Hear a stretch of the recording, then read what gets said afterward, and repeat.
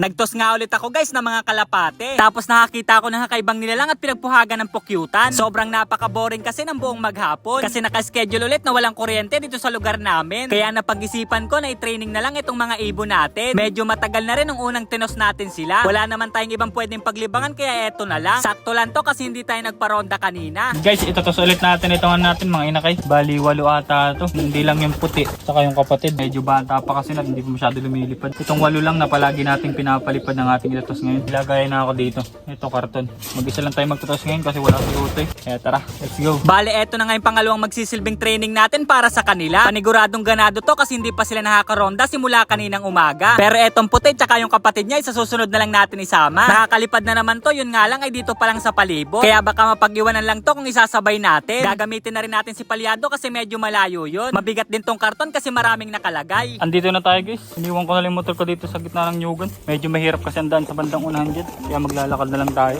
Puro batahan kasi dito men. Bali lalakadin na lang natin mula dito hanggang doon sa malawak na para. Medyo malambot pa kasi ang lupa sa part na to tsaka maraming bato. Baka mahirapan din tayo mag-balance kasi wala tayong tagahawak. Mamaya mahulog yung karton tapos makawala lahat. Masasayang lang yung effort natin kapag nangyari yung ganon. Paborito kong magpakawala ng ibon dito guys kasi napakalawak na itong lugar. Lalo ngayon na halos ubos na yung mga damo. Naglakad-lakad lang ako dito ng konti para makahanap ng magandang pwesto. Marami kasing puno ng buli sa gilid at baka humapon lang sila. Kaya medyo nag-adjust ako ng konti dito sa bandang gitna. Pagkalapag ko ay pinakawalan ko na din agad. Kaya dire-diretso na yung paglipad nila. Ang buong akala ko nga hindi na sila iikot at tutuloy na sa bahay. Doon kasi sila pumunta sa may mga Nyugan. Yun pala ay nagbuelo lang para lumipad ng mataas. Medyo malayo na nga tong lugar na to mula sa bahay. Pero wala akong idea kung kabisado nila to. Di ko kasi alam guys kung saan sila napapadpad kapag rumoronda. Sa tuwing pinapakawalan ko kasi sila ay napakatagal bumalik. Kaya malay natin ay nakabot na pala sila dito. Puro inakay lang sila at walang kasamang old bird. Kaya wala din silang susundan bilang guide pa uwi sa bahay. Di na rin ako nakatagal sa pwesto natin kasi tirik na yung araw. Kaya dito na lang ako nagabang sa may mga kanlong ng puno. Paano yung ikot nila dito guys? Parang hindi napapagod. Ewan ko lang kung nasa na. Init kasi dun sa pwesto natin kaya hindi na ako nagtagal.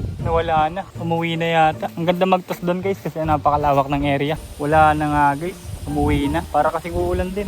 Kahit mataas yung araw, napakakulimlim. Pagkatapos nating magtos ay hindi muna ako dumiretso sa bahay. Dumaan muna ako dito sa tubigan. Andito kasi yung kalabaw namin guys, sa tuulahin ko na. Nakapulupot na naman nga to sa puno katulad ng palagi niyang ginagawa. Kaya inalis ko na siya doon at hinanapan ko ng medyo malago ang damo. Ngayon kasi guys ay medyo mahirap na ang ulahan dito sa lugar namin. Halos tuyo na kasi lahat ng damo dahil sa sobrang init. Pagkatapos doon sa kalabaw, eto naman baka. Pinainom ko muna to dito sa lumang balon. Nagulat nga ako sa katabi ng timba kasi may kakaibang nilalang. Medyo nakakatakot nga ang itsura nito at hindi ako pamilyar. Sobrang cute na ito guys. So, parang sa lagubang. Sabi po. Kaso parang may tinik-tinik siya parang nangagat. Katulad nung kalabaw ay hinanapan ko din to ng pwedeng pag-ulahan. Medyo ilalayo lang natin to ng konti kasi may anak. Sa kabila kasi netong gubat ay merong halamanan. Kaya baka makasira to at makapagbayad pa tayo. Tapos nung oras na babalik na ako sa motor natin ay bigla akong may nakita. Kulay puti nga to kaya nagtaka ako at nilapitan ko na. Sarayan pala to ng pukyutan or kaya naman ay ligwan. Di lang tayo sigurado kasi wala na ditong nakadapo. Pero kadalasan yung ganyan ay pukyutan talaga. Nasa putol nga siyang puno at pinakang-gitna ng gubatan. Sayang nga lang kasi umalis na at hindi natin napuhan. Meron dito guys, pinag-alisan ng pukyutan or kaya naman ay ligwan. Sayang nga lang kasi hindi natin abutan, napakababa.